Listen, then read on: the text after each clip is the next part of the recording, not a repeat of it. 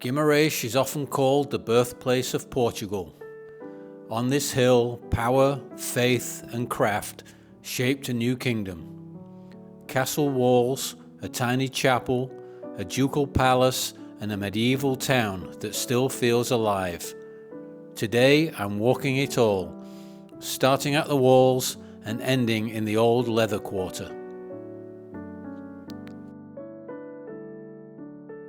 These defensive walls date to the 13th century and enclose the medieval village.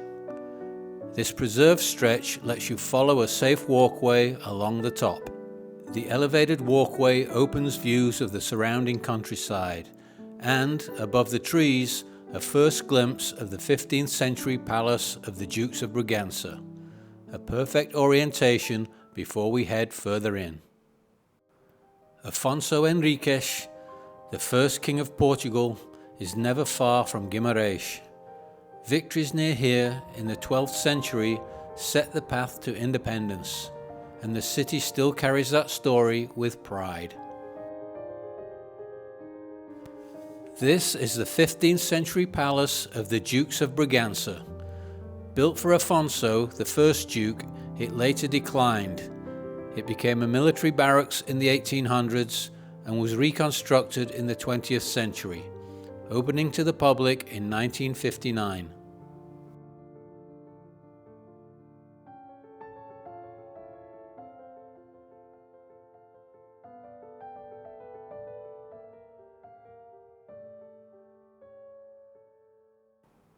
Inside, the rooms are staged like an inhabited manor house.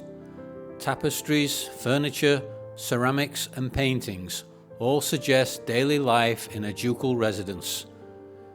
Video isn't permitted in those rooms, but photography without flash is.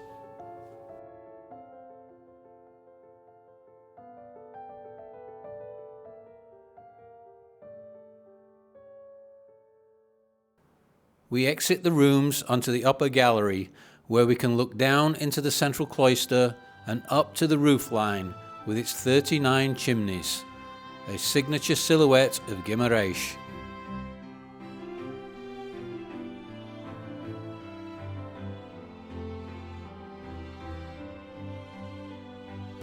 On the upper gallery, we also find the palace chapel. The doorway of the chapel is framed by 6 marble columns, said to have come from the Sala ben Sala Palace in Ceuta, brought to Portugal after the 1415 conquest. The chapel has been renovated and set out to recreate its appearance in the 15th century. Just below the castle sits the small church of São Miguel de Castelo. It dates to the early 13th century, and tradition links Afonso's baptism to the granite font inside. Humble, quiet, and full of history.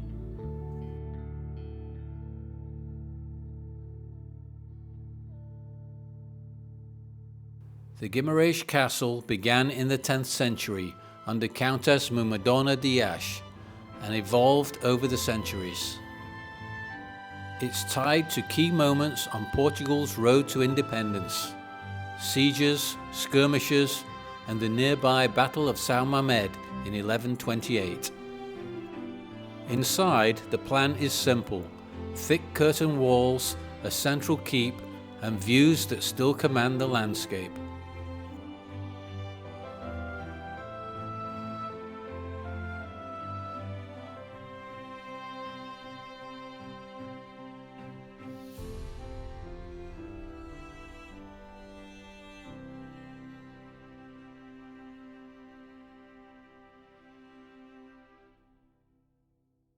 As we drop into the lanes of the historic centre, we reach the 16th century Convent of Santa Clara, now the City Hall.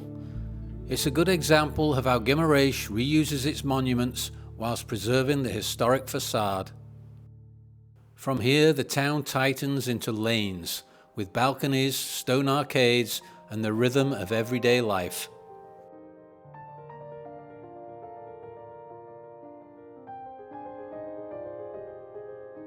Two squares anchor the centre, Praça de Santiago and Largo de Oliveira. Perfect places to pause and take it all in.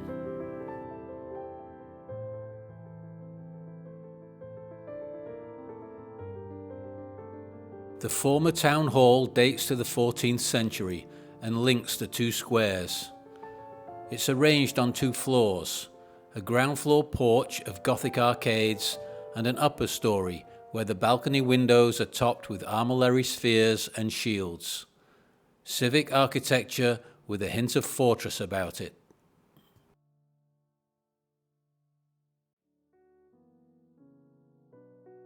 Nearby stands the church of Nossa Senhora de Oliveira. With roots in the first millennium, it was rebuilt in the 14th century by King João I.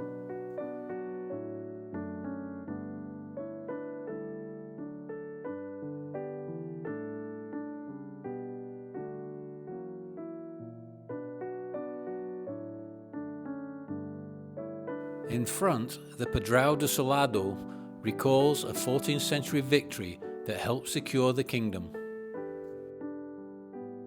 War, worship, and memory, side by side in one small square.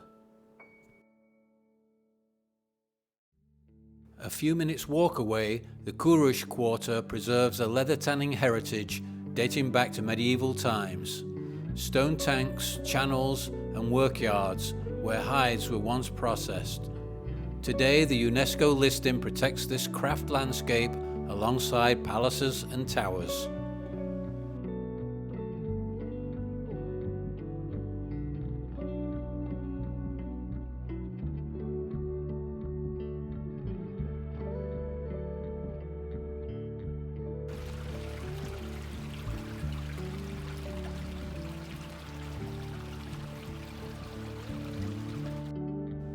As you wander the centre, watch for the small chapels of the Passion. 7 were built in the 18th century, 5 survive today.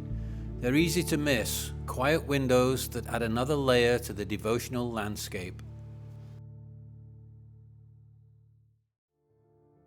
Guimarães isn't just a beautiful old town, it's the place where Portugal was born. Castle, chapel, palace and craft. 4 threads of one story. If you enjoyed this visit, there are more like it in my Portugal history playlist.